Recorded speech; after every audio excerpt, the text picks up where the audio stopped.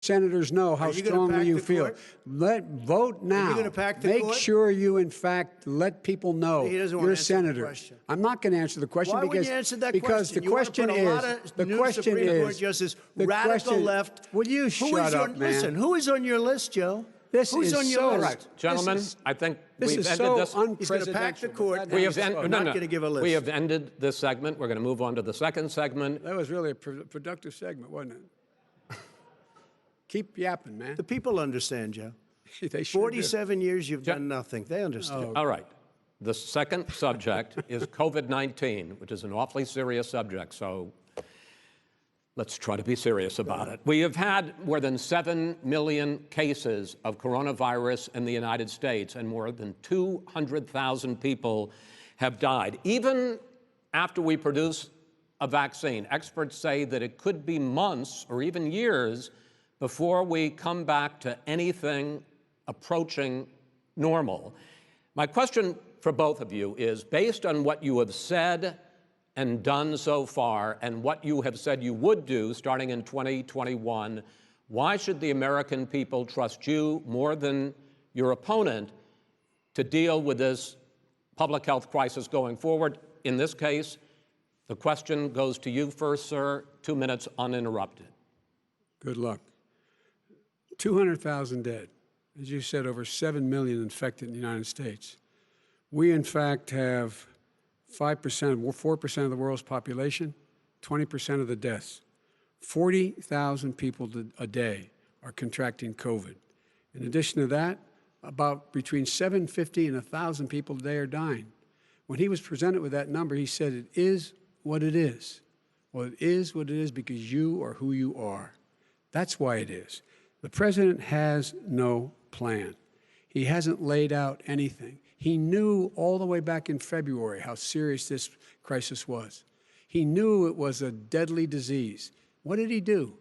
He's on tape as acknowledging he knew it. He said he didn't tell us or give people a warning of it because he didn't want to panic the American people. You don't panic. He panicked. In addition to that, what did he do? He went in and we were insisting that the Chinese, the people we had on the ground in China should be able to go to Wuhan and determine for themselves how dangerous this was. He did not even ask Xi to do that. He told us what a great job Xi was doing. He said we owe him a debt of gratitude for being so transparent with us. And what did he do then? He then did nothing. He waited and waited and waited. He still doesn't have a plan. I laid out back in March exactly what we should be doing. And I laid out again in July what we should be doing. We should be providing all the protective gear possible. We should be providing the money the House has passed in order to be able to go out and get people the help they need to keep their businesses open schools that cost a lot of money. You should get out of your bunker and get out of the sand trap and get in your golf course and go in the Oval Office and bring together the Democrats and Republicans and fund what needs to be done now to save lives. So if we would have listened to you. You have 2 minutes, sir. If we would have listened to you, the country would have been left wide open. Millions of people would have died, not 200,000, and one person is too much. It's China's fault. It should have never happened. They stopped it from going in, but it was China's fault. And by the way, when you talk about numbers, you don't know how many people died in China. You don't know how many people died in Russia. You don't know how many people died in India. They don't exactly give you a straight count, just so you understand. But if you look at what we've done, I closed it, and you said he's xenophobic. He's a racist, and he's xenophobic because you didn't think I should have closed our country. Wait a minute. It says 2 minutes. You didn't think we should have closed our country because you thought it was terrible. You wouldn't have closed it for another 2 months. By my doing it early, in fact, Dr. Fauci said, President Trump saved thousands of lives. Many of you Democrat governors said, President Trump did a phenomenal job. We worked with the governor. Oh, really? Go take a look. The governors said I did a phenomenal job. Most of them said that. In fact, people that would not be necessarily on my side said that.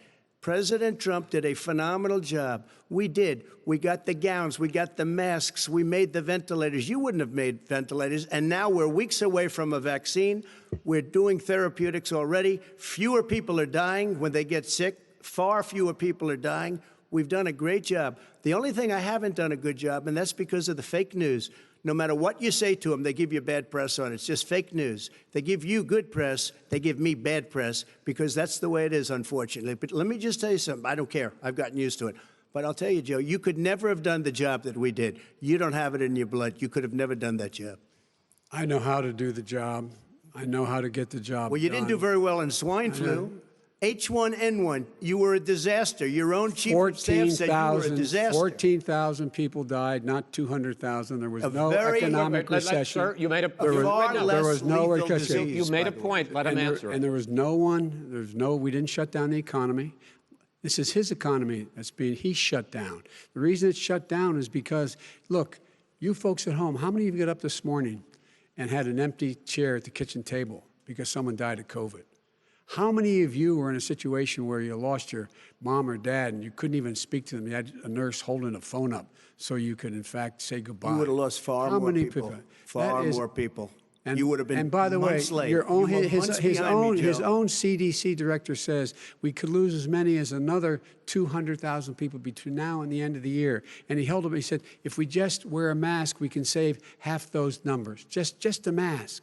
And by the way, in terms of the whole notion of a vaccine, we're for a vaccine, but I don't trust him at all, nor do you. I know you don't. What we trust is a scientist. You don't we trust Dr. Johnson Fauci. Johnson, Pfizer? Okay, by the way, gentlemen, let me move on to questions about the future, because you both have touched on two of the questions I'm going to ask.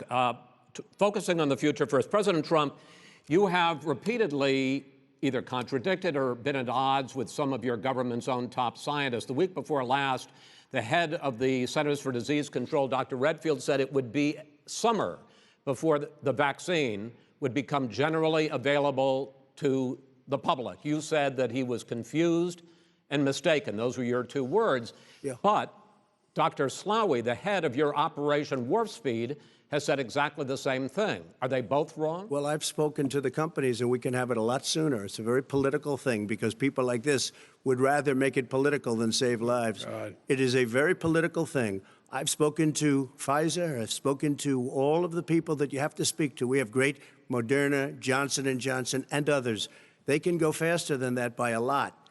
Become very political because the left, or I don't know if I call them left, I don't know what I call them. So you're suggesting that the head of your Operation Warp Speed, Dr. Slaoui? I disagree with him. Yeah, no, I disagree with both of them. And he didn't say that. He said it could be there, but it could also be much sooner. I had him in my office 2 days ago. He talked about the summer, sir, before it's generally available, just like he Dr. said it's Redfield. a possibility that we'll have the answer before November 1st. It could also be after that. When it's generally available. Well, we're going to deliver it right away. We have the military all set up. Logistically, they're all set up. We have our military that delivers soldiers, and they can do 200,000 a day. They're going to be delivering This is the same man It's who all told set you up. by Easter this would be gone away. By the warm weather, it'd be gone. Miraculous, like a miracle. And by the way, maybe you could inject some bleach in your arm, and that would take care of it. This is the same man. That was said sarcastically, you know that. That was said sarcastically. And so here's the deal. This man is talking about a vaccine. Every serious company is talking about maybe having a vaccine done by the end of the year. But the distribution of that vaccine will not occur until sometime beginning or the middle of next year to get it out, if we get the vaccine. And pray God we will. Pray God we will. Mr. Vice President, I want to pick up You'll have the vaccine sooner I want to than pick that. up on this question, though. You say the public can trust the scientists, but they can't trust President Trump. In fact, you said that again tonight. Your running mate, Senator Harris, goes further, saying the public health experts, quote, will be muzzled, will be suppressed. Given the fact that polls already show that people are concerned about the vaccine and are reluctant to take it, are you and your running mate, Senator Harris, contributing to that fear? No more than the question you just asked him. You pointed out. He puts pressure and disagrees with his own scientists. But you're saying Everybody you can't, knows. or Senator Harris is saying you can't trust the scientists. No, you can trust the scientists. She didn't say that. You can't trust She said the public health experts, quote, will be muzzled, will be suppressed. Well, that's what he's going to try to do. But there's millions of scientists, there's thousands of scientists out there, like here at this great hospital, that don't work for him. Their job doesn't depend on him. That's not, they're the people, and by the way. I spoke to the scientists that are in charge. By the way. They will have the vaccine very soon. Let him finish. Do you believe for a moment what he's telling you in light of all the lies he's told you about the whole issue relating to COVID. He still hasn't even acknowledged that he knew this was happening, knew how dangerous it was going to be back in February, and he didn't even tell you. He's on record as saying it. He panicked or he just looked at the stock market, one of the two, because guess what? A lot of people died, and a lot more are going to die unless he gets a lot smarter, a lot quicker. Mr. President? Did you use the word smart? So you said you went to Delaware State, but you forgot the name of your college. You didn't go to Delaware State. You graduated either the lowest or almost the lowest in your class. Don't ever use the word smart with me. Don't ever use that word. Oh, give me a break. Because you know what? There's nothing smart about you, Joe. 47 years, you've done nothing. Let's have this debate. And if you would have had, let me just tell you something, Joe. No, if you would have had the charge of what I was put through, I had to close the greatest economy in the history of our country. And by the way, now it's being built again. See, and it's We're going to going get up to the fast. economy in the next segment, sir. Okay. It's going up fast. Okay. Look forward to talking. When it comes to how the virus has been handled so far, the two of you have taken very different approaches, and this is going to affect how the virus is handled going forward by whichever of you ends up becoming the next president. I want to quickly go through several of those. Reopenings. Vice President Biden, you have been much more reluctant than President Trump about reopening the economy and schools. Why, sir? Because he doesn't have a plan. If I were running, I'd know what the plan is. You've got to provide these businesses the ability to have the money to be able to reopen with the PPE as well as with the sanitation they need. You have to provide Tell that them to Nancy plastic. Pelosi. Well, he's just shush for a minute. Tell it to Nancy Pelosi. And Schumer, by the Brian way, Chuck. Nancy Pelosi and Schumer, they have a plan. He won't even meet with them. The Republicans won't meet with the Senate. And he sits in his golf course. And I mean, literally, think about it. You probably play more than I do, Joe. What about this question of reopenings and the fact... Well, he wants to shut down this country. And I want to keep it open. And we did a great thing by shutting it down. Wait a minute, Joe. Let me shut you down for a second, Joe, just for 1 second. He wants to shut down the country. We just went through it. We had to because we didn't know anything about the disease. Now we found that elderly people with heart problems and diabetes and different problems are very, very vulnerable. We learned a lot. Young children aren't. Even younger people aren't. We've learned a lot. But he wants to shut it down. More people will be hurt by continuing. If you look at Pennsylvania, if you look at certain states that have been shut down, they have Democrat governors all. One of the reasons they're shut down is because they want to keep it shut down until after the election on November 3rd. I want to move on to another because subject. it's a I want to move political on to another subject. I gotta respond. But those states are not doing well that are shut down right I've got to now. respond to that. President Trump, you have begun to increasingly question the effectiveness of masks as a disease preventer. And in fact, recently you have cited the issue of waiters touching their masks and touching plates. Are you questioning No, I think the masks efficacy are okay. of You have masks? to understand, if you look, I mean, I have a mask right here. I put a mask on, when I think I need it. Tonight, as an example, everybody's had a test, and you've had social distancing and all of the things that you have to. But I wear masks when needed. When needed, I wear masks. Okay, let me ask. I don't wear masks like him. Every time you see him, he's got a mask. He could be speaking 200 feet away from it. He shows up with the biggest mask I've ever seen. I will say this. Vice President Biden, go ahead, sir. Look, the way to open businesses is give them the wherewithal to be able to open. We provided money. The Congress. But I was asking you, sir, about masks. Well, masks make a big difference. His own head of the CDC said if we just wore masks between now, everybody wore masks in social distance between now and January, we'd probably save up to 100,000 lives. It matters. And they've also said the opposite. They've also said the opposite. No serious person said the opposite. Well, look serious at Dr. Fauci. Dr. Fauci said the opposite. He did not say the opposite. We got a little bit more than a minute left in this masks segment. Masks are not good. Then he changed his mind. He said masks are good. I'm okay with masks. I want to ask you both about one last subject, because your different approaches has even affected the way that you have campaigned. President Trump, you're holding large rallies with crowds packed together, thousands of people.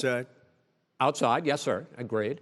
Vice President Biden, you are holding much smaller events with... Because nobody will show up. People with... Well, it's true. Nobody shows up to his rallies. All right. In any case, why you holding the big rallies, why you not? You go first, sir. Because people want to hear what I have to say. I mean, But are you I've not done a worried great about it job spreading as a disease? president, and I'll have 35,000 people show up at airports. We use airports. Are you and not worried hangars, about and we the have a disease lot of issue, people. sir? Well, so far we have had no problem whatsoever. It's outside. That's a big difference, according to the experts. And we do them outside. We have tremendous crowds, as you see. I mean, and literally on 24 hours' notice. And Joe does the circles and has 3 people someplace. Okay. By the way, did you see Go ahead, sir. one of the last big rallies he had? And a reporter came up to him to ask him a question. He said, no, stand back. Put on your mask. Put on a mask. Have you been tested? I'm way far away from those other people. That's what he said. I'm going to be okay. He's not worried about you. He's not worried about the people out there breathing in one another. We've had no negative cheek to effect. jowl. No negative effect. We've had no negative effect. And we've had 35,000, 40,000 All right. people You at these rallies. Just Yes. quickly finish up because I want to move on to our next. Yes, I would. He's been totally irresponsible the way in which he has handled the social distancing and people wearing masks, basically encouraging them not to. All right. He's a fool on this. If you could get the crowds, you would have done the same thing. But you can't. Nobody cares. Gentlemen, can we move on to the Nobody cares. Gentlemen, can we move on to the economy? Yes. The economy is, I think it's fair to say, recovering faster than expected from the shutdown. Much faster. In the second quarter, the unemployment rate fell to 8.4% last month. The Federal Reserve says the hit to growth, which is going to be there, is not going to be nearly as big as they had expected. President Trump, you say we are in a V-shaped recovery. Vice President Biden, you say it's more of a K-shape. What difference does that mean to the American people in terms of the economy? President Trump, in this segment, you go first. So we built the greatest economy in history. We closed it down because of the China plague. When the plague came in, we closed it down, which was very hard psychologically to do. He didn't think we should close it down, and he was wrong. And again, 2 million people would be dead now instead of still 204,000 people is too much. One person is too much. Should have never happened from China. But what happened is we closed it down, and now we're reopening, and we're doing record business. We had 10.4 million people in a 4-month period that we've put back into the workforce. That's a record the likes of which nobody's ever seen before. And he wants to close down he will shut it down again. He will destroy this country. You know, a lot of people, between drugs and alcohol and depression, when you start shutting it down, you take a look at what's happening in some of your Democrat-run states where they have these tough shutdowns. And I'm telling you, it's because they don't want to open it. One of them came out last week. You saw that. Oh, we're going to open up on November 9th. Why November 9th? Because it's after the election. They think they're hurting us by keeping them closed. They're hurting people. People know what to do. They can social distance. They can wash their hands. They can wear masks. They can do whatever they want. But they got to open these states up.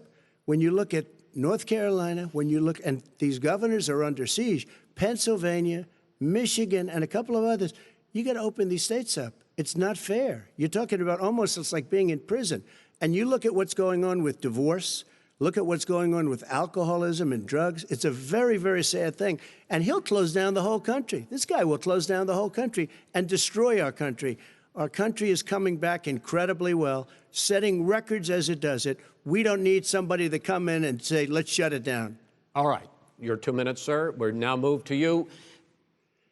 As I said, posing the question, the president says it's a V-shaped recovery. You say it's a K-shaped recovery. What's the difference? The difference is millionaires and billionaires like him in the middle of the COVID crisis have done very well. Billionaires have made another $300 billion because of his profligate tax proposal, and he only focused on the market. But you folks at home, you folks living in Scranton and Claymont and all the small towns and working class towns in America, how well are you doing? This guy paid a total of $750 in taxes. Sir, wait, no, sir, it's the wrong yeah, I understand. You've agreed to the 2 minutes, so please let him have it. Do I get my time back? The fact is that he has, in fact, worked on this in a way that he's going to be the first president of the United States to leave office having fewer jobs in his administration than when he became president. Fewer jobs than when he became president. First one in American history. Secondly, the people who have lost their jobs are those people who have been on the front lines, those people who have been saving our lives, those people who have been out there dying, people who've been putting themselves in the way to make sure that we could all try to make it. And the idea that he is insisting that we go forward and open when you have almost half the states in America with a significant increase in COVID deaths and COVID cases in the United States of America. And he wants to open it up more. Why does he want to open it up? Why doesn't he take care of the American? You can't fix the economy until you fix the COVID crisis. And he has no intention of doing anything about making it better for you all at home in terms of your health and your safety. Schools, why aren't schools open? Because it costs a lot of money to open them safely. You know, they were going to give, his administration was going to give the teachers and school students masks. And then they decided, no, couldn't do that because it's not a national emergency. Not a national emergency. They've done nothing to help small businesses. Nothing. They're closing. 1 in 6 is now gone. He ought to get on the job and take care of the needs of the American people so we can open safely. All right. Your time is up, sir. Well, we are going to get to... I have to respond to that. Well, you both had 2 minutes, sir. Excuse me, he made a statement. So did you. People want their schools, people want their schools open. They don't want to be shut down. They don't want their state shut down. They want their restaurants. I look at New York. It's so sad what's happening in New York. It's almost like a ghost town, and I'm not sure it can ever recover what they've done in New York. People want their places open. They want to get back to their lives. They'll be careful, but they want their schools open. Okay. I'm the one that brought back football. By the way, I brought back Big Ten football. It was me, and I'm very happy to do it. And all right, people of Ohio are very proud of me. And you know how I found out? When he took a phony ad. Gentlemen, we're going to get to your economic plans going forward in a moment. But first, Mr. President, as you well know, there's a new report that in 2016, the year you were elected president, and 2017, your first year as president, that you paid $750 a year in federal income tax each of those years. I know that you pay a lot of other taxes, but I'm asking you the specific question. Is it true that you paid $750 in federal income taxes each of those 2 years? I paid millions of dollars in taxes, millions of dollars of income tax. And let me just tell you, there was a story in one of the papers. Show us your tax I paid $38 million 1 year. I paid $27 million. Show us your tax 1 year. returns. I went. You'll see it as soon as it's finished. You'll see it. You know, if you want to go to the Board of Elections. There's a 118-page or so report that says everything I have, every bank I have, I'm totally under-leveraged because the assets are extremely good, and we have a very, I built a great company. I'm asking you a specific question, which is... But let me tell you... I understand all of that. I understand all of that. No, Mr. President, Go ahead. I'm asking you a question. Will you tell us how much you paid in federal income taxes in 2016 and 2017? Millions of dollars. You paid millions of dollars? Millions of dollars, So yes. not 750? Millions of dollars, and you'll get to see it. And you'll get to see it. But let me just tell you, Chris, let me just tell you something, that it was the tax laws. I don't want to pay tax. Before I came here, I was a private developer. I was a private business people. Like every other private person, unless they're stupid, they go through the laws, and that's what it is. He passed a tax bill that gave us all these privileges for depreciation and for tax credits. We build a building and we get tax credits, like the hotel on Pennsylvania Avenue. You get a massive, which, by the way, was given to me by the Obama administration, if you can believe that. Now, the man got fired right after that happened. But Vice President Biden, you want to respond? Yeah, I do want to respond. Look, the tax code that made him put him in a position that he pays less tax than a school teacher makes on the money a school teacher makes is because of him he says he's smart because he can take advantage of the tax code. And he does take advantage of the tax code. That's why I'm going to eliminate the Trump tax cuts. And I'm going to eliminate those tax cuts and make sure that we invest in the people who, in fact, need the help.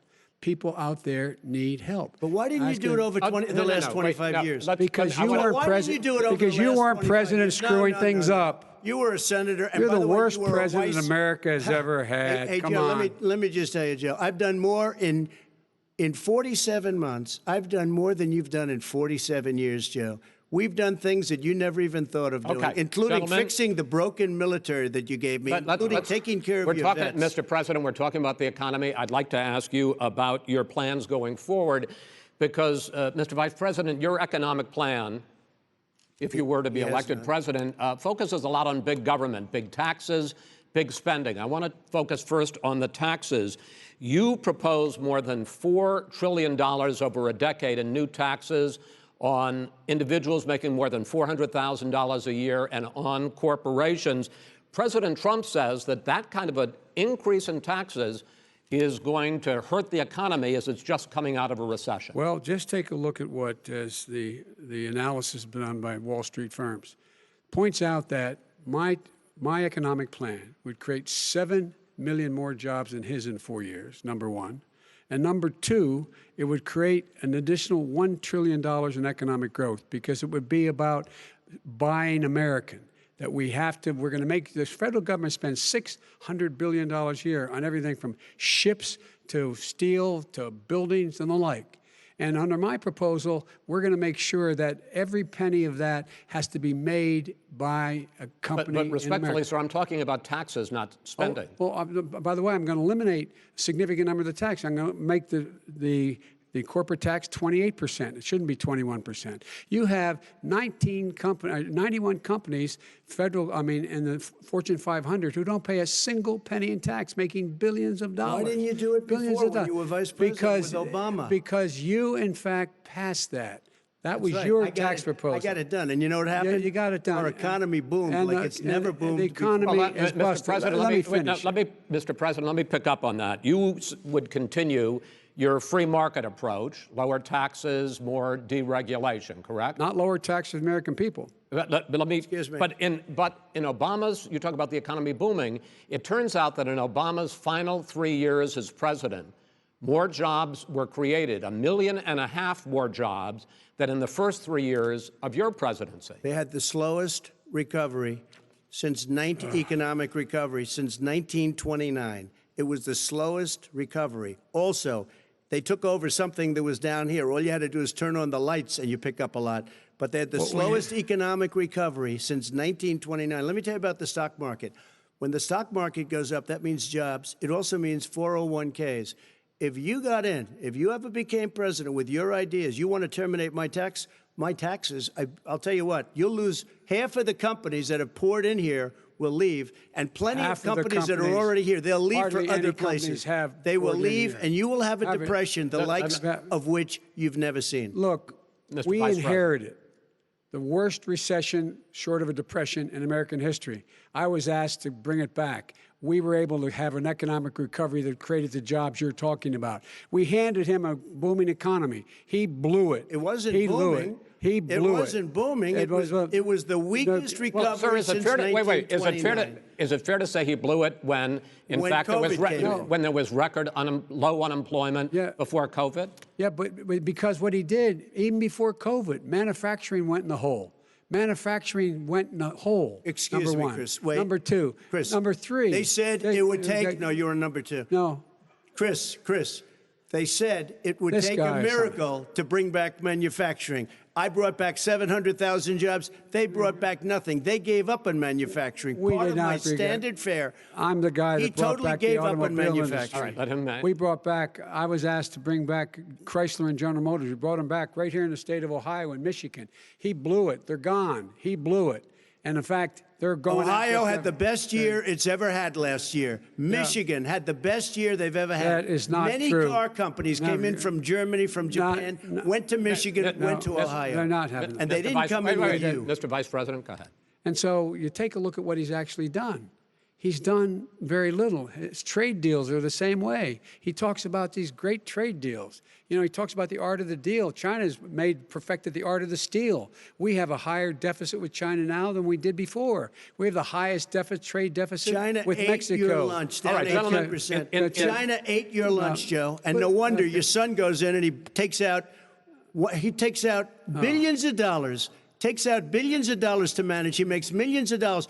And also, while we're at it, why is it, just out of curiosity, the mayor of Moscow's wife gave your son $3.5 million. What did he do to deserve it? What did he do with Burisma to deserve $183,000? You've asked your question, let him answer. None of that is true. Oh, really? Totally, $3.5 million? Mr. President, it's totally, Mr. President, please. Totally discredited. Totally discredited. And by the way, Well, wait, he didn't get No, no. $3.5 million, Joe? Mr. Vice, He got Mr. $3.5 President, million. it is not true. Oh, really? Mr. Oh. President, But, it's an open discussion, please. Now, It's a fact. Well, There's- it you is have not a raised an fact. issue. Let the been Vice totally President answer. discredited. Did There was a Burisma pay him report. $183,000 a month with no experience in energy? Mr. Look, President, no job. My son did nothing wrong at Burisma. I think he and did. Mr. the only guy President, that let did him something- answer. He doesn't want to let me answer because he knows I have the truth. His position has been totally, thoroughly discredited. who? And The media? By everybody. Well, by the By the media, media, by our because they refuse to allies, by talk the about it World because they're Bank, embarrassed. by everyone has discredited. Matter of fact, even the people President, who please stop. testified under oath. So let me under ask you oath, this, under- Joe. under No, oath. go ahead, Mr. I'm listening to Even you. the people under. He got $3.5 million from testified- Moscow. He testified under oath in his administration, said, I did my job and I did it very well. Oh, I really? did it I'd like to know honorably. who they are. Well, I'll give you the list of the fire people who them. testified. No, go ahead, sir. Sure, you've already fired most of them because they did a good Because job. some people don't do well, a good here's job. With you, Go they ahead. say- You get here's the wait a deal. minute. You get the final word, Mr. Well, it's hard to get any word in with this clown. Excuse me, this. Hey, this let me just person. tell you, No. Mr. President. $3.5 Mr. million, President, Joe. That is simply. Why did not he true. deserve $3.5 million It from did- Moscow? Look, here's the deal. We want to talk about families and ethics.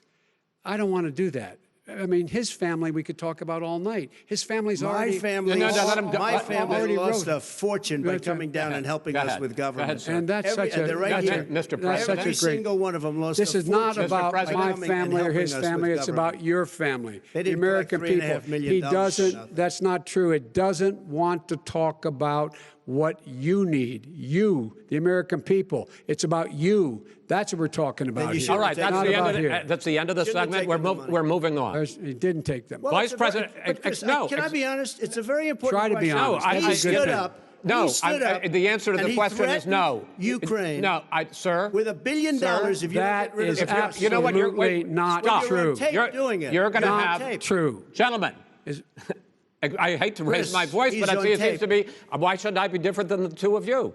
So here's the Got a deal. good point. We have 6 segments. We have ended that segment. We're going to go to the next segment. In that segment, you each are going to have 2 uninterrupted moments. In those 2 uninterrupted minutes, Mr. President, you can say anything you want. I'm going to ask a question about race, but if you want to answer about something else, go ahead. But I think that the country would be better served if we allowed both people to speak with fewer interruptions. I'm appealing to you, sir, to do that. Well, and him too. Well, frankly, you've been doing more Well, interrupting that's than all he right, has. but he does plenty. Well, less than, sir, less there's than. plenty. No, less than you have. Let's please continue on. The issue of race. Vice President Biden, you say that President Trump's response to the violence in Charlottesville 3 years ago, when he talked about very fine people on both sides, was what directly led you to launch this run for president. Oh, yeah, sure.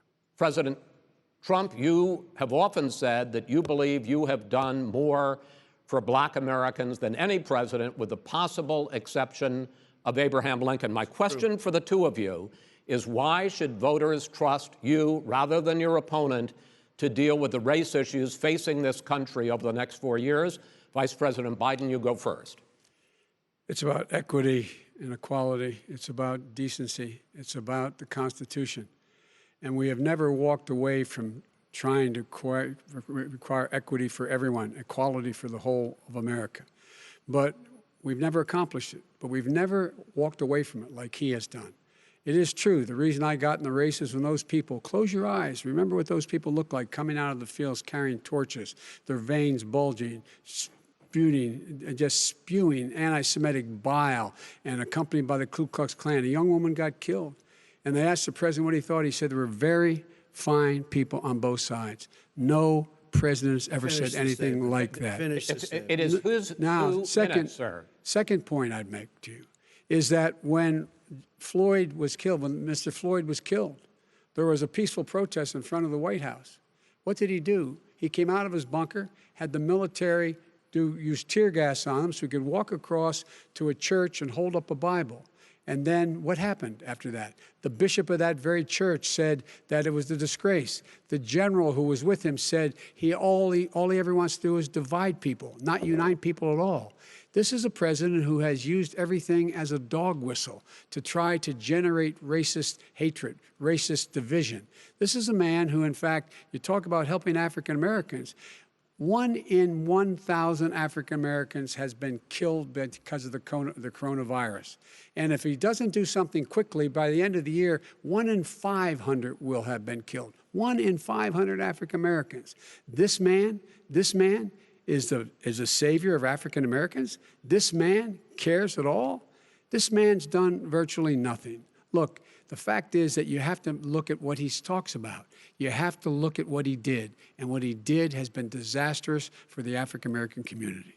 So, President Trump, you have 2 minutes. Why should Americans trust you over your opponent to deal with racism? he did a crime bill, 1994, where you call them super predators, African Americans, the super predators, and they've never forgotten it. They've never forgotten it, Joe. No, sir, it's his 2 minutes. So you did that, and they call you a super predator, and I'm letting people out of jail now that you have treated the African American population community, you have treated the black community about as bad as anybody in this country. You did the 1990, and that's why, if you look at the polls, I'm doing better than any Republican has done in a long time, because they saw what you did. You call them super predators, and you've called them worse than that, because you look back at your testimony over the years, you've called them a lot worse than that. As far as the church is concerned, and as far as the generals are concerned, we just got the support of 250 military leaders and generals, total support. Law enforcement, almost every law enforcement group in the United States. I have Florida, I have Texas, I have Ohio, I have Portland. The sheriff just came out today and he said, I support President Trump. I don't think you have any law enforcement. You can't even say the word law enforcement, because if you say those words, you're going to lose all of your radical left supporters. And why aren't you saying those words, Joe? Why don't you say the words law enforcement? Because you know what? If they called us in Portland, we would put out that fire in a half an hour, but they won't do it because they're run by radical left Democrats. If you look at Chicago, if you look at any place you want to look, Seattle, they heard we were coming in the following day, and they put up their hands, and we got back Seattle. Minneapolis, we got it back, Joe, because we believe in law and order, but you don't. The top 10 cities and just about the top 40 cities are run by Democrats and, in many cases, radical left. And they've got you wrapped around their finger, Joe, to a point where you don't want to say anything about law and order. And I'll tell you what, the people of this country want and demand law and order, and you're afraid to even say it. All right. I want to return to the question of race. Vice President Biden, after the grand jury in the Breonna Taylor case decided not to charge any of the police with homicide, you said it raises the question, quote, whether justice could be equally applied in America. Do you believe that there is a separate but unequal system of justice for blacks in this country? Yes, there is. There's systemic injustice in this country, in education and work and in law enforcement and the way in which it's enforced. But look, the vast majority of police officers are good, decent, honorable men and women. They risk their lives every day to take care of us. But there are some bad apples. And when they occur, when they find them, they have to be sorted out. They have to be held accountable. They have to be held accountable. And what I'm going to do as President of the United States is call together an entire group of people at the White House, well, everything from the civil rights groups to the police officers, to the police chiefs, and we're going to work this out. We're going to work this out so we change the way in which we have more transparency in when these things happen. These cops aren't happy to see what happened to George Floyd. These cops aren't happy to see what happened to Breonna Taylor. Most don't like it. But we have to have a system where people are held accountable. And by the way, violence in response is never appropriate. Never appropriate. Peaceful protest is. Violence is never appropriate. All right. What is peaceful protest? When they run through the middle of the town and burn down your stores and kill people all over the place, and you say peaceful protest? President Trump, no, it's I'm not not, asking, but you say it is. President Trump, I'd like to continue with the issue of race. Please. I promise we're going to get to the issue of law and order in a moment. Fine. This month, your administration directed federal agencies to end racial sensitivity training that addresses white privilege or critical race theory.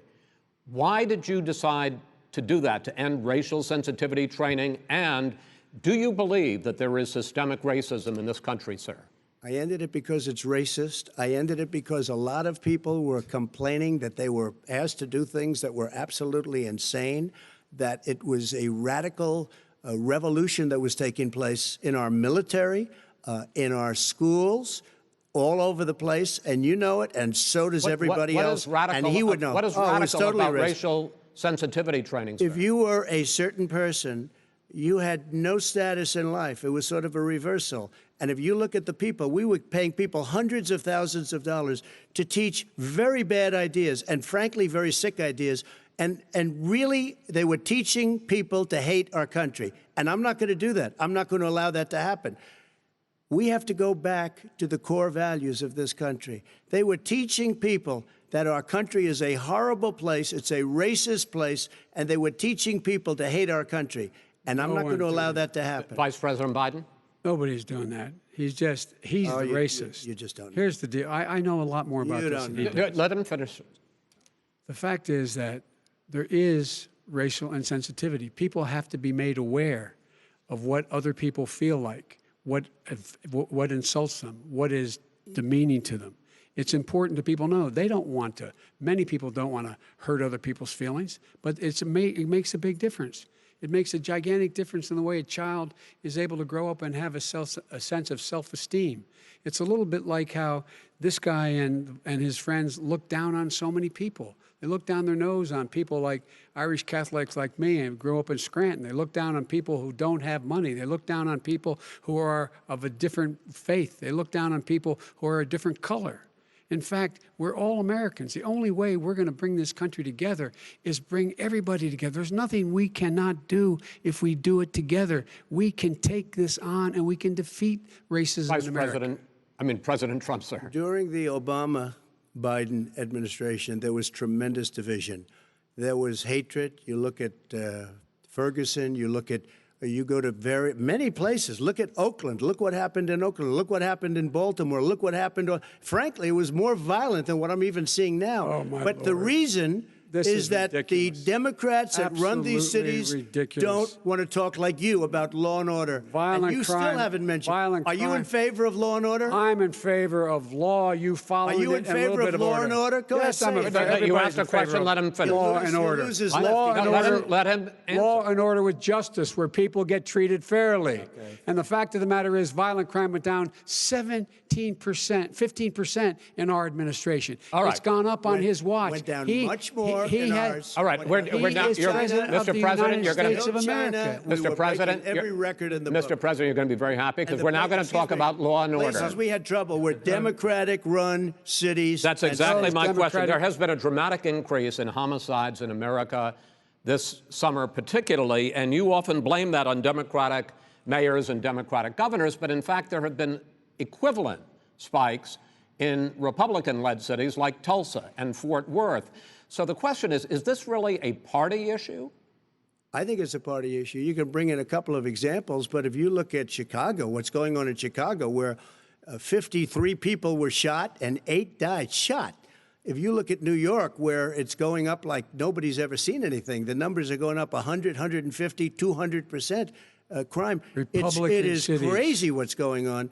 And he doesn't want to say law and order because he can't, because he'll lose his radical left supporters. And once he does that, it's over with. But if he ever got to run this country and they ran it the way he would want to run it, we would have our suburbs would be gone. By the way, our suburbs would be gone, and you would see problems like you've never seen. He would know before. a suburb unless he took a wrong turn. Oh, I know suburbs. He would not. So much I was better. raised, Go ahead. Wait a minute. I was raised in the suburbs. This is not 1950. All these dog whistles and racism don't work anymore. Suburbs are by and large integrated. There's many people today driving their kids to soccer practice and/or to black and white and Hispanic in the same car as there have been any time in the past. What really is a threat to the suburbs and their safety is his failure to deal with COVID. They're dying in the suburbs. His failure to deal with the environment. They're being flooded. They're being burned out because his refusal to do anything. That's why the suburbs are in trouble. I do want to talk about this issue of law and order, though. And in the joint recommendation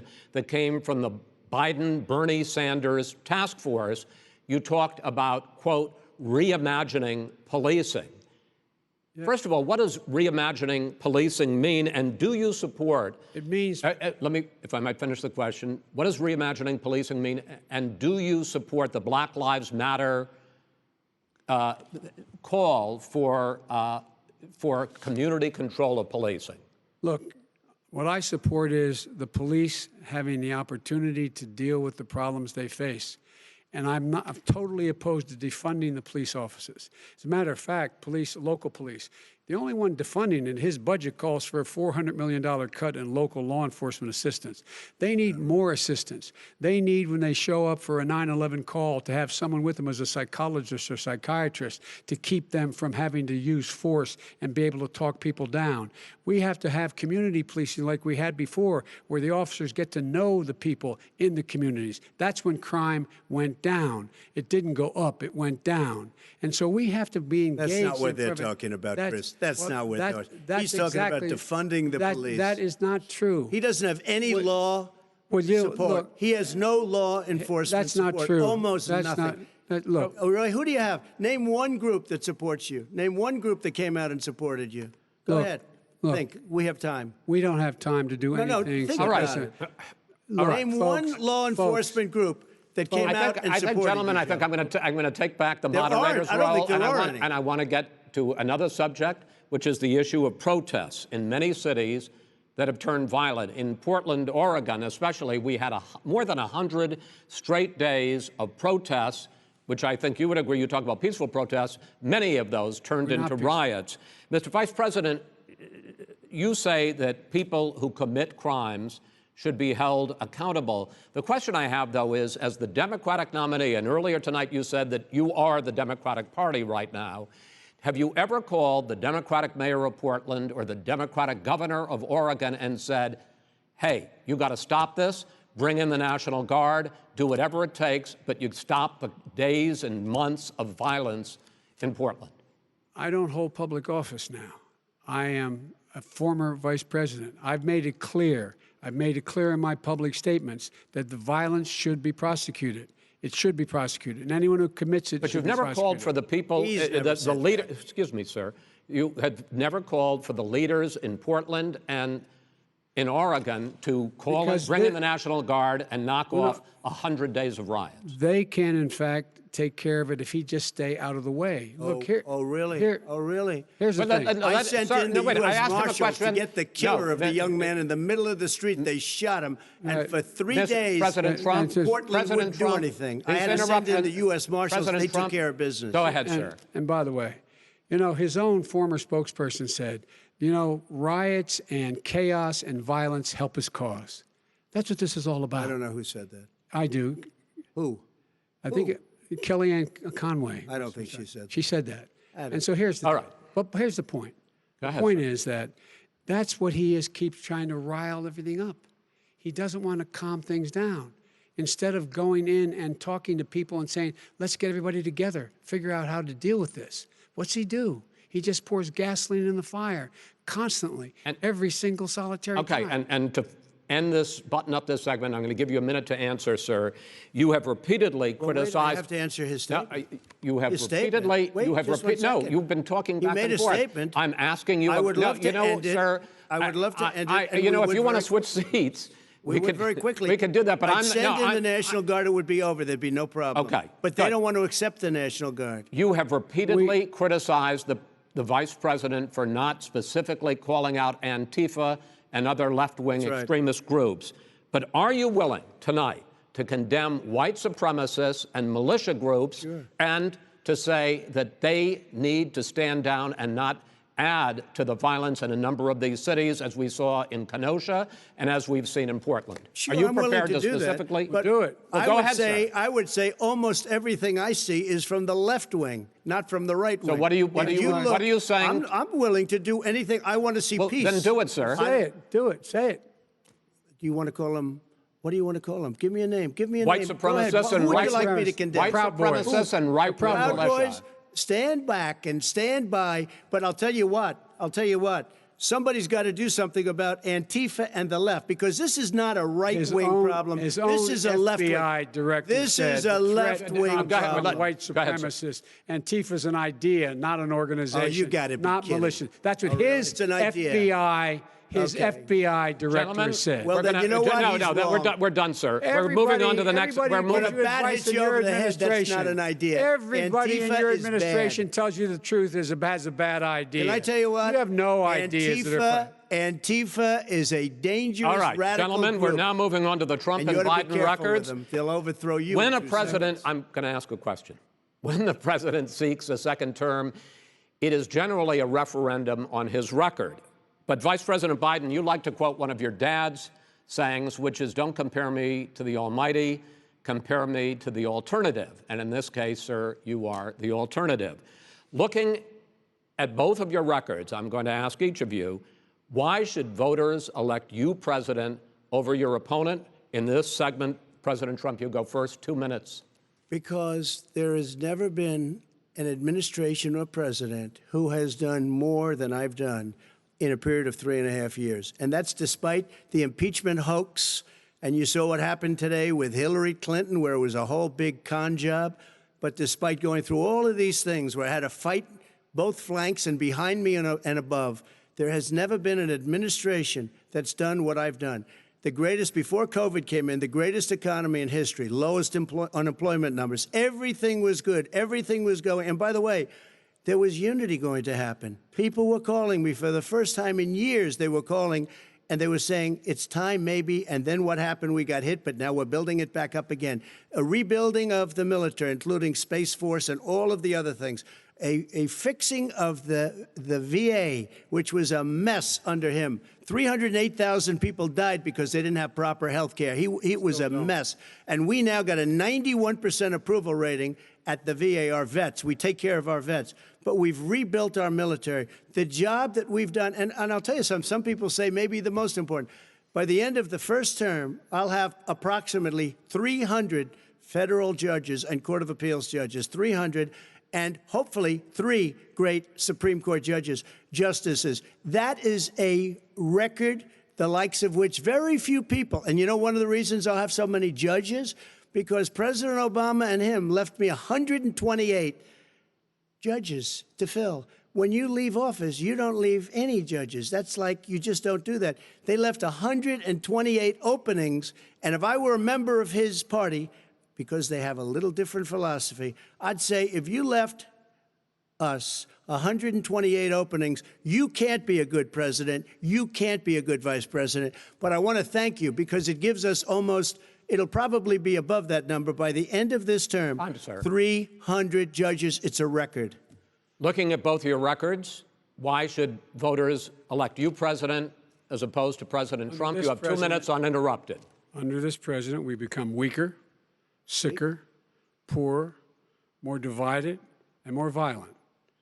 When I was vice president, we inherited a recession. I was asked to fix it. I did. We left him a booming economy, and he caused the recession. With regard to being weaker, the fact is that I've gone head-to-head with Putin and made it clear to him we're not going to take any of his stuff. He's Putin's puppy. He still refuses to even say anything to Putin about the bounty on the heads of American soldiers. Your son got $3.5 million. And by the way, my son... Wait a minute. Mr. President, your campaign agreed to both sides would get 2-minute answers uninterrupted. Well, your side agreed to it, and why don't you observe what your campaign agreed to as a ground rule, okay, sir? He never keeps his word. Can you add No, I'm not asking. That was a rhetorical question. Can you Go add ahead, back sir. 30 seconds? Yeah, Because- yes, okay. you may have. All right. Go ahead. So, thirdly, we're poor. The billionaires have gotten much more wealthy by a tune of over $300 to $400 billion more just since COVID. You in the home, you got less. You're in more trouble than you were before. In terms of being more violent, when we were in office, there were 15% less violence in America than there is today. He's president of the United States. It's on his watch. And with regard to more divided, the nation can't stay divided. We can't be this way. And speaking of my son, the way you talk about the the way you talk about them being losers and being and just being suckers. My son was in Iraq. He spent a year there. He got the Bronze Star. He got the Conspicuous Service Medal. He was not a loser. He was a patriot, and the people left behind there were heroes. Really? And I resent. Are you talking like about hell. Hunter? Are you talking about Hunter? I'm talking about my son, Beau Biden. You're talking about. I don't know Beau. I know Hunter. Yeah, Hunter you know got Beau. thrown. Hunter got thrown out of the military. He was thrown out, dishonorably discharged. That's not true. He For wasn't dishonorably cocaine discharged. use. And he didn't have a job until you became vice president. And once you None became of that vice is president, true. he made a fortune in Ukraine, in China, in Moscow, That is simply and various not other places. true. He My made a son, fortune. my son, and he didn't have a job. My son, like a lot of people we know at home, had a drug problem. He's overtaken it. He's fixed it. He's worked on it, and I'm proud of him. But why was he proud of given my tens son. of millions All of right. But dollars? he wasn't given All right. tens of millions of He was dollars. given That tens is of totally, millions of that's dollars. been totally President Trump, discredited. we've already been through. Totally discredited. We've already been through this. I think the American people would rather hear about more substantial So do I. subjects. Well, you know, as the moderator, sir, I'm going to make a I know, but when judgment call somebody here. gets $3.5 million Okay, great. from the Let's mayor talk about- of Moscow, let's talk That is about- not I think true. it's a terrible That thing. report is totally Why did he get discredited. it? I Mitt think, Romney on that committee said it wasn't worth taxpayers' money, that report. It was written for political reasons. you know, I'd like to talk about climate change. So would I. Okay. The forest fires in the West are raging now. They have burned millions of acres. They have displaced hundreds of thousands of people. When state officials there blame the fires on climate change, Mr. President, you said, I don't think the science knows. Over your 4 years, you have pulled the U.S. out of the Paris Climate Accord. You have rolled back a number of Obama environmental records. What do you believe about the science of climate change, and what will you do in the next 4 years to confront it? I want crystal clean water and air. I want beautiful, clean air. We have now the lowest carbon. If you look at our numbers right now, we are doing phenomenally. But I haven't destroyed our businesses. Our businesses aren't put out of commission. If you look at the Paris Accord, it was a disaster from our standpoint. And people are actually very happy about what's going on because our businesses are doing well. As far as the fires are concerned, you need forest management in addition to everything else. The forest floors are loaded up with trees, dead trees that are years old, and they're like tinder, and leaves and everything else. You drop a cigarette in there, the whole forest burns down. You've got to have forest management. What do you You've got to have cuts. What do you believe about the science of climate change, sir? I believe that we have to do everything we can to have immaculate air, immaculate water, and do whatever else we can that's good. You know, we're planting 1 billion trees, the Billion Tree Project, and it's very exciting for a lot of people. that human pollution, greenhouse gas emissions contributes to the global warming of this I think planet? a lot of things do, but I think to an extent, yes. I think to an extent, yes. But I also think we have to do better management of our forests. Every year, I get the call, California's burning. California's burning. If that was cleaned, if you had forest management, good forest management, you wouldn't be getting those calls. You know, in Europe, they have forest cities. They're called forest cities. They maintain their forests. They manage their forests. I was with the head of a major country. It's a forest city. He said, sir, we have trees that are far more, they ignite much easier than California. There shouldn't be that problem. I spoke with the governor about it. I'm getting along very well with the governor. But I said, you know, at some point, you can't every year have hundreds of thousands of acres of land just burned to the ground. But, sir, that's burning down because of a lack of management. But, sir, if you believe in the science of climate change, why have you rolled back the Obama Clean Power Plan, which limited carbon emissions in power plants? Why have you relaxed? Because it was driving energy prices through the sky. Why have you relaxed fuel economy standards that are going to create more pollution from cars and trucks? Well, not really, because what's happening is the car is much less expensive and it's a much safer car, and you're talking about a tiny difference. And then what would happen, because of the cost of the car, you would have at least double and triple the number of cars purchased. We have the old slugs out there that are 10, 12 years old. If you did that, the car would be safer. It would be much cheaper by $3,500. In the case of California, they've simply ignored No, but you would take a lot of cars rollback. off the market because people would be able to afford a car. Now, and by the way, we're going to see how that turns out. But a lot of people agree with me, many people. The car has gotten so expensive because they have computers all over the place for an extra little bit of gasoline. And, and I'm okay with electric cars, too. I think I'm all for electric cars. I've given big incentives for electric cars.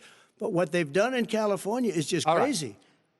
Vice President Biden, I'd like you to respond to the president's climate change record, but I also want to ask you about a concern. You proposed $2 trillion in green jobs. You talk about new limits, not abolishing, but new limits on fracking, ending the use of fossil fuels to generate electricity by 2035, and zero net emission of greenhouse gases by 2050.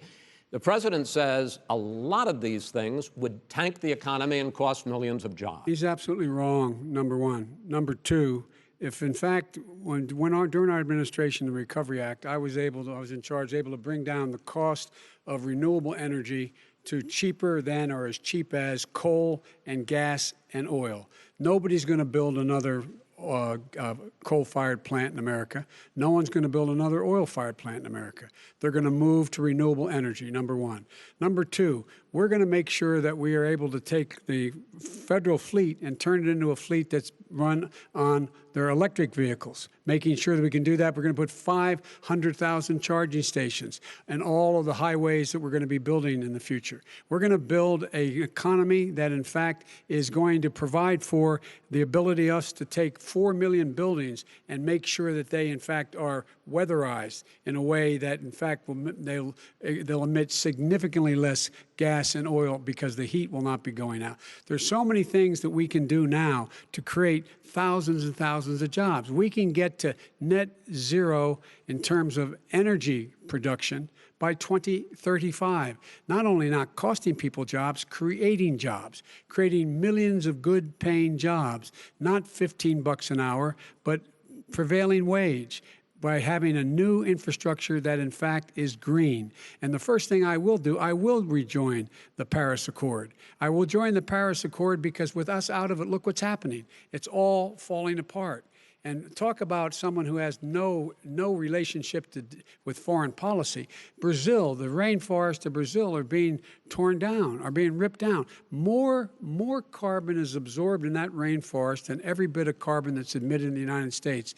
Instead of doing something about that, I would be gathering up and making sure we had the countries of the world coming up with $20 billion and say, here's $20 billion. Stop tearing down the forest. And if you don't, then you're going to have significant economic consequences. What about the argument that President Trump basically says that you have to balance environmental interests and economic interests, and he's drawn his line? Well, he hadn't drawn a line. He still, for example, he wants to make sure that methane's not a problem. You can now emit more methane without it being a problem. Methane. This is a guy who says that you don't have to have mileage standards for automobiles that exist now. This is a guy who says that, well, the fact that it's all true. And here's the deal. He's talking about the Green New Deal, and it's not $2 billion or $20 billion, as you said.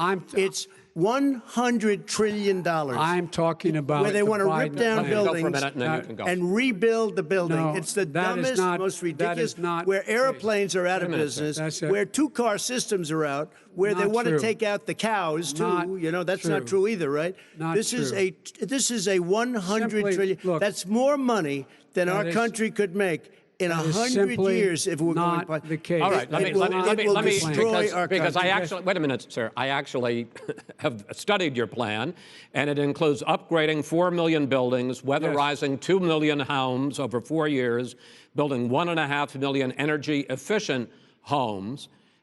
So the question becomes: the president is saying, I think some people who support the president would say that sounds like it's going to cost a lot of money and hurt the economy. What it's going to do is going to create thousands and millions of jobs, good-paying jobs. Let him finish, sir.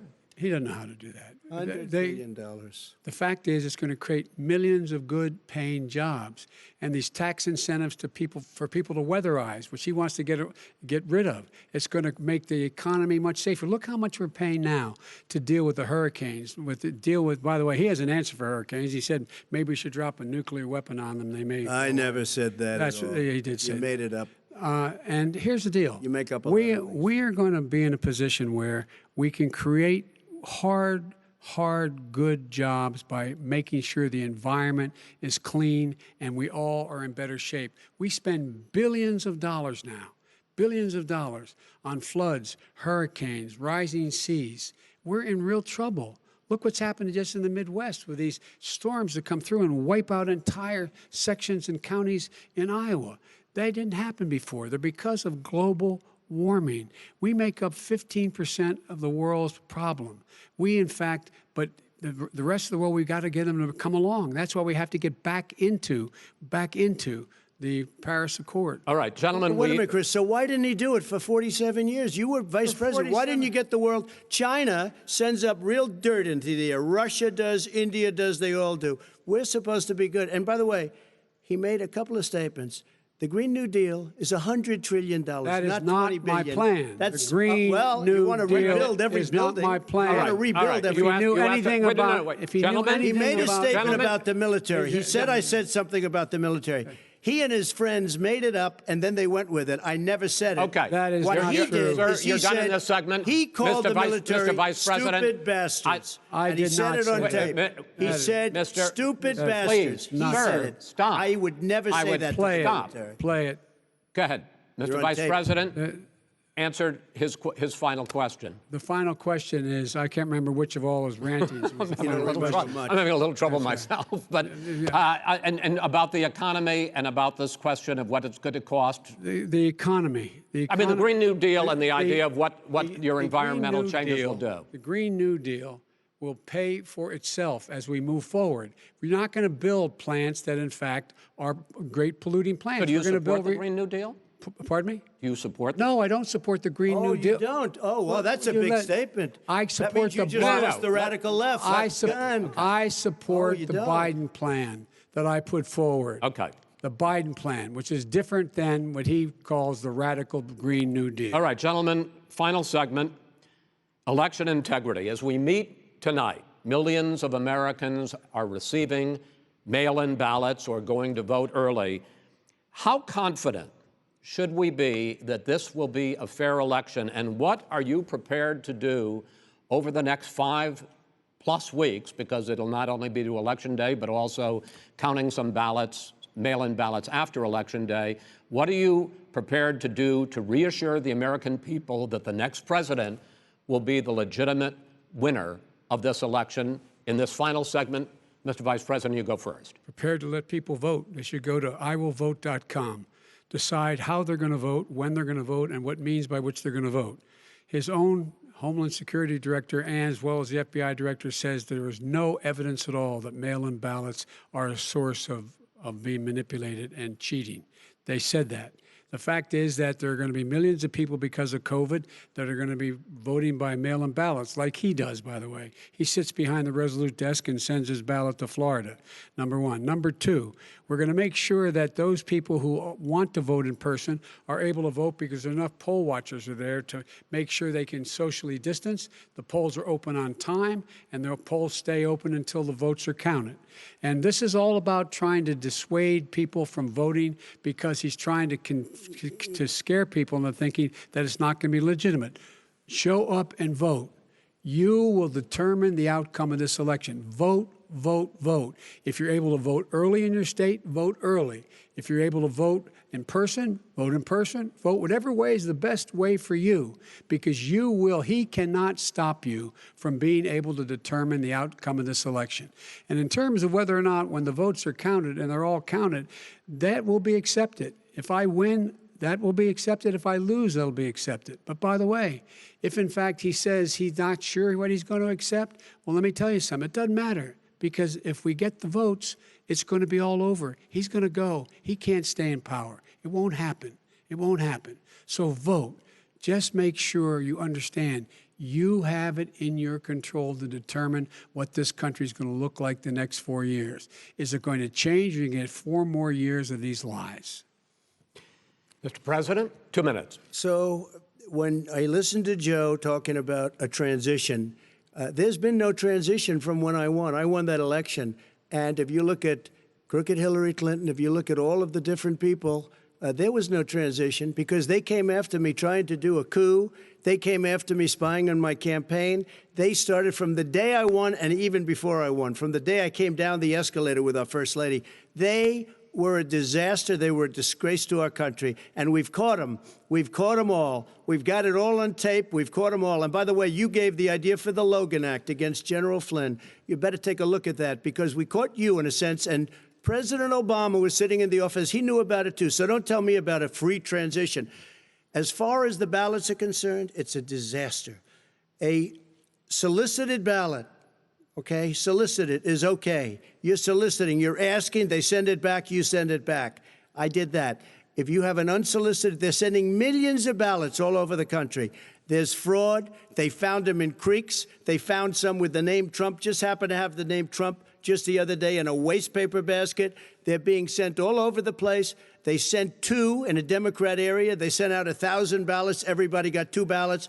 This is going to be a fraud like you've never seen. The other thing, it's nice on November 3rd, you're watching and you see who won the election. And I think we're going to do well because people are really happy with the job we've done. But you know what? We won't know. We might not know for months because these ballots are going to be all over. Take a look at what happened in Manhattan. Take a look at what happened in New Jersey. Take a look at what happened in Virginia and other places. They're not losing 2%, 1%, which, by the way, is too much. An election could be won or lost with that. They're losing 30 and 40%. It's a fraud, and it's a shame. And can you imagine where they say you have to have your ballot in by November 10th? November 10th. That means that's 7 days after the election, in theory, should have been announced. Okay. We have major states with that, sir, all run by Democrats. 2 minutes is 2 minutes. All run by Democrats. It's President Trump, it's a rigged election. you're going to be able to continue. You have been charging for months that mail-in balloting is going to be a disaster. You say it's rigged, that it's going to lead to fraud. But in 2018, in the last midterm election, 31 million people voted mail-in voting. That was a quarter, more than a quarter of all the voters that year cast their ballots by mail.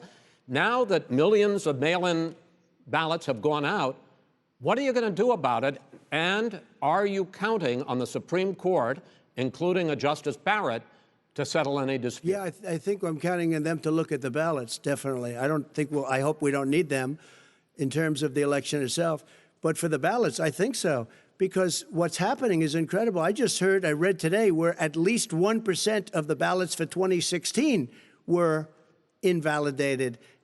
They take them, we don't like them, we don't like them. But what they are you throw going to them do out about it? left If there and are right. millions of ballots going out What right you now, do what is are you going to go do? and vote. You do a solicited ballot, No, and that's I okay, know or your you go and complaint. vote. I'm asking you about the fact that millions of people You go and vote. You go and No, vote. but like what I'm they, saying is, what are like you they going to do used about to the in fact the that old. millions of people? You either do, Chris, a solicited ballot where you're sending it in, they're sending it back, and you're sending. They have mailmen with lots of it. Did you see what's going on? Take a look at West Virginia. Mailmen selling the ballots. They're being sold. They're being dumped in rivers. This is a horrible thing for our country. This is not going to end well. There is no evidence This is of that. not going to end well. 5 states fact, have had go ahead, mail-in sir. ballots for the last decade or more. 5, including 2 Republican states. And you don't have to solicit the ballot. It's sent to you. It's sent to your home. What they're saying is that it has to be a postmark by election day. If it doesn't get in till the 7th, 8th, 9th, it still should be counted. He's just afraid of counting the votes because he knows You're the wrong. outcome. You're wrong. I want to continue with you on this, Vice President Biden. Chris, he's so wrong when he makes a statement like that. Excuse me, Vice President Biden, the biggest problem, in fact, over the years with mail-in voting has not been fraud historically.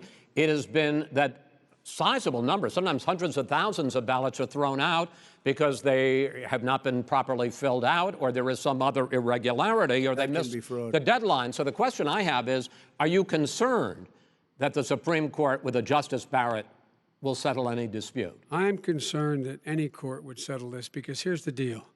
When you get a ballot and you fill it out, you're supposed to have an affidavit. If you didn't know, you have someone say that this is me. You should be able to, if in fact you can verify that's you before the ballot is thrown out, that's sufficient to be able to count the ballot because someone made a mistake and not dotting the correct I. Who they voted for, testify, say who they voted for, say it's you. That is totally legitimate. All right. Excuse me, Chris, when you I have a final- 80 million ballots Gentlemen, I have a final sent in question. and swamping the system, you know it can't be done. You know it can't. And already All there's right. been So now- fraud. Mail service deception. delivers Wait a minute, gentlemen. In the 185 final million question pieces of mail a is, day. in million 8 ballots. states, we can keep talking. It's in a 8 states, disgrace. election workers are prohibited, currently by law, 8 states, from even beginning to process ballots, even take them out of the envelopes and flatten them until Election Day. That means that it's likely, because there's going to be a huge increase in mail-in balloting, that we are not going to know on election night who the winner is, that it could be days, it could be weeks. Could be months. Until we find out who the new president is. So first for you, sir, finally for the vice president, I hope neither of you will interrupt the other. Will you urge your supporters to stay calm during this extended period, not to engage in any civil unrest? And will you pledge tonight that you will not declare victory until the election has been independently certified? President Trump, you go first. I'm urging my supporters to go into the polls and watch very carefully, because that's what has to happen. I am urging them to do it. As you know, today there was a big problem. In Philadelphia, they went in to watch. They're called poll watchers, a very safe, very nice thing. They were thrown out. They weren't allowed to watch. You know why? Because bad things happen in Philadelphia, bad things.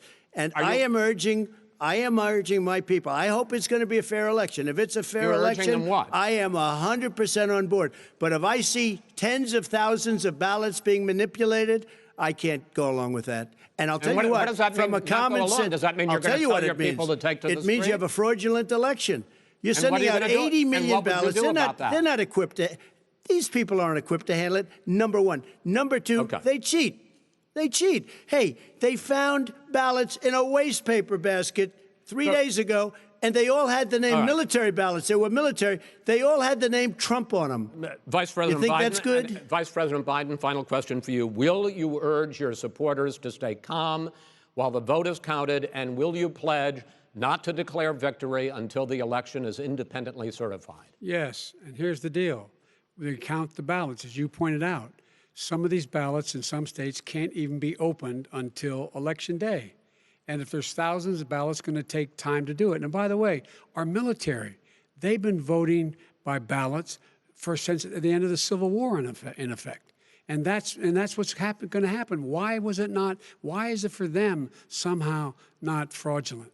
It's the same process. It's honest. No one has established at all that there is fraud related to mail-in ballots, that somehow it's a fraudulent process. It's already been established.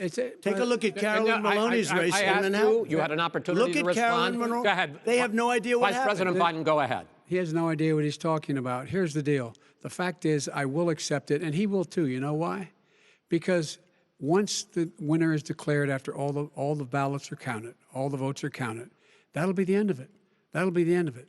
And if it's me, in fact, fine. If it's not me, I'll support the outcome. And I'll be a president not just for the Democrats. I'll be a president for Democrats and Republicans. And this guy, I want to see an honest ballot count. Gentlemen, you say that's the end of it? This is the end of this debate? Honest ballot count. We're going to leave it there. To be continued as in more debates as we go on. President Trump, Vice President Biden, it's been an interesting hour and a half. I want to thank you both for participating in the first of 3 debates that you have agreed to engage in. We want to thank Case Western Reserve University and the Cleveland Clinic for hosting this event. The next debate, sponsored by the Commission on Presidential Debates, will be 1 week from tomorrow, October 7th, at the University of Utah in Salt Lake City. The 2 vice presidential nominees, Vice President Mike Pence and Senator Kamala Harris, will debate at 9 p.m. Eastern that night. We hope you watch. Until then, thank you and good night.